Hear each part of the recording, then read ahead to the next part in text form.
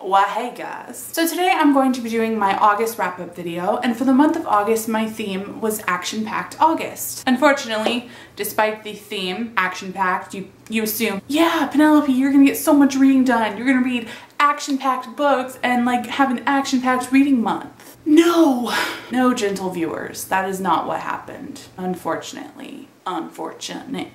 Yes, the action-packed theme was very ill-fitting considering the huge reading slump that I entered during the month of August. I originally planned to bring The Queen of the Tearling by Erica Johansson and The Glass Sentence by S.E. Grove over for my July TBR, considering I did not read those during the month of July. I kind of feel like anytime I bring a book over from one month to another, it just doesn't get read. It just doesn't get read. You know, I make the promises, I make the pledge, I say I'm gonna do it, and it just doesn't happen. In the future, I would love for you guys to warn me to not do this. Just be like, no, don't worry about it, P. Don't worry about it, because you know you're just gonna jinx the F out of yourself down the road. That's what happens. That's just what happens. So I do really want to apologize to you guys who were counting on reviews of those books, because I just couldn't. You know, I read The Queen of the Tearling, I got about a third of the way through and I was really enjoying it, but other books came up and I just felt like I knew I wasn't gonna finish it, and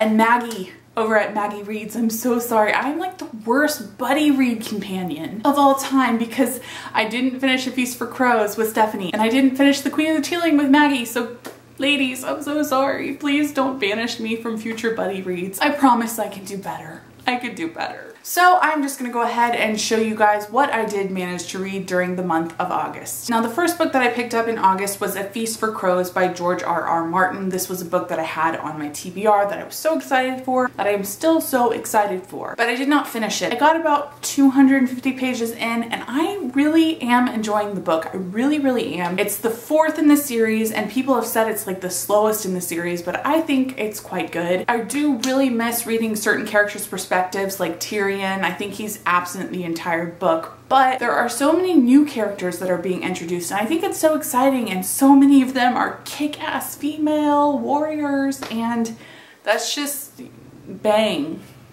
I do intend to finish A Feast for Crows. I don't know if it'll be this month or next month or somewhere down the line, but I will be finishing it. So finally, about the third week of August, I realized that my reading was awful. I hadn't read one book in the entire month of August and I just could not have that. So I ended up picking up 3 of the Sin City books. I read That Yellow Bastard, Family Values, and Booze, Bronze, and Bullets, all by Frank Miller. I wanted to at least reread Booze, Bronze, and Bullets because stories from that book took place in the movie that just came out recently, A Dame to Kill For. I gave them all like 4 stars, really good, action-packed. I'm not gonna go into a whole bunch of detail about this series, but I will say if you love vigilantes with hearts of gold and anti-heroes and kick-ass female heroines, then you should pick up Sin City because it's incredible. I really love the series so much, and I did enjoy the movie. I did not like it as much as the first one because I feel like that's just the way that it goes, but I did still really enjoy it. The next and final book that I picked up in August was Siege and Storm by Leigh Bardugo. This is the second book in the Grisha trilogy by Leigh Bardugo, which I just said, so I buddy read this with Adriana over at Perpetual Pages, and we buddy read Shadow and Bone in June. I don't know why I'm talking like this, but I just kind of am. And it was good. I think I gave it 3.5 stars out of 5, and I ended up giving Siege and Storm the same rating. I'm not gonna go into detail about it because it's kind of impossible to talk about the second book in the series without ruining the first books. I want to give a synopsis that would be worthy of it, but I just feel like I'm going to fail in all parts. So I'm just going to direct you over to Adriana's pages again because she explains things so much better than I could ever dream to. So August was not incredibly action-packed on my part. I am a failure. I totally am. I should probably just end this video now because I'm just nothing more than a failure.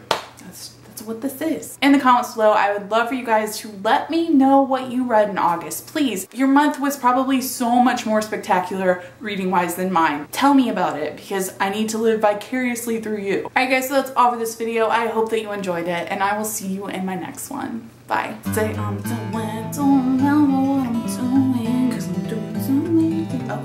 I had originally planned to read 5, 6 books, like 8 6 or 7 books, I don't remember. Loved characters like Tyrion and who else? I do intend to finish A Feast for Crows. A Feast for Crows, it's not A Feast for Crows. Shit, what the f? Yeah, it is A Feast for Crows. Hopefully you guys won't abandon me for the shit reading I did this month, for the shitty reading I did this month.